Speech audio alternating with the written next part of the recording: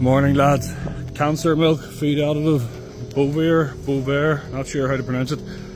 Anyway, I woke up with 3 messages this morning on TikTok actually. Private messages from people concerned that there's Bovaer in the milk in Northern Ireland. So firstly, I can confirm that there is not, to the best of my knowledge, anyone in Northern Ireland using Bovaer at the minute. And that's obviously a good thing. But let's explain why. So, right, there's a lot of stuff going around yesterday. Couldn't open the phone without seeing Bovaer, carcinogenic, genotoxicity. I talked to a few people last night, but I've done a right bit of reading about it. So, basically, in a nutshell, you're probably going to do about 50 things to yourself today that are going to be more carcinogenic to you than Bovaer. If you go and buy a McDonald's with all their additives, if you go and buy one of those like processed food packages that you reheat that keep for bloody weeks, you know, it's going to be more carcinogenic. Essentially, yes, Bovaer could potentially be carcinogenic, but it is not in the doses that are being fed to cows to inhibit methane. Now that brings on to a whole other thing. I'm actually pretty happy to see Arla get slated for this, to be honest. I'm a wee bit fed up with the milk buyers pushing the green carbon agenda on nonsense. Yeah, look, if it's going to make your farmers more profitable, there's a lot of carbon and green stuff that will make your farmers more profitable and better business, better cow health or whatever, and that's fine, push that. But this bovine methane inhibitor is not one of those things. There is no benefit to feeding it to the cows, none.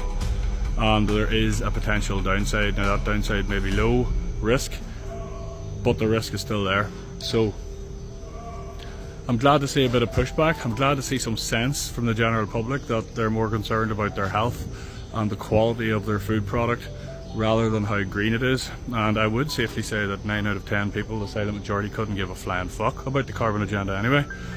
So yeah, look, it's not going to be something we're going to do. We'll not be feeding it here ever. We don't do things if they're not right for the cows, full stop. Don't care what your agenda is, don't care what you're trying to pay us or what emissions or whatever we're trying to meet. The methane thing is a joke anyway. You know, methane, as we all know by now, works in a cycle and has no meaningful impact on the overall picture. But anyway, the reality is, I heard someone say it's okay because our milk buyer's paying for it. Well, it's not okay because your milk buyer's paying for it. The reality is, if your milk buyer's paying for it, that's money out of the pot to pay for it that could have went back to you in your milk price without having to feed it in the first place.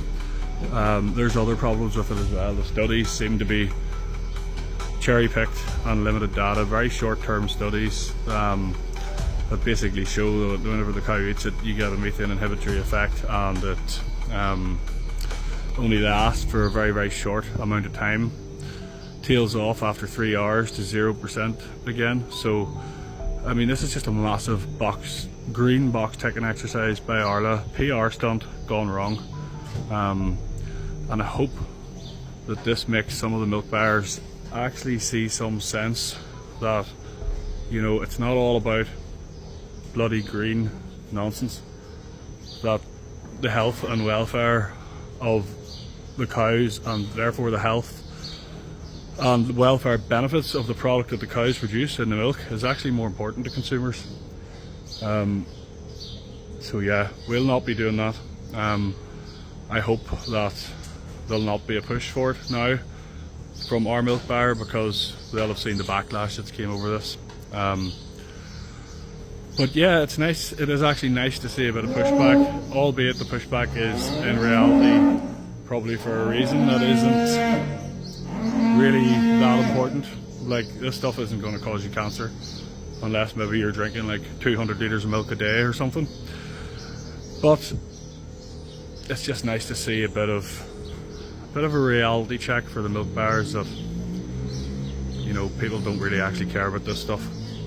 They want their food to be healthy, and there is a turn to wanting your food to be healthy. There definitely is, and it's good to see.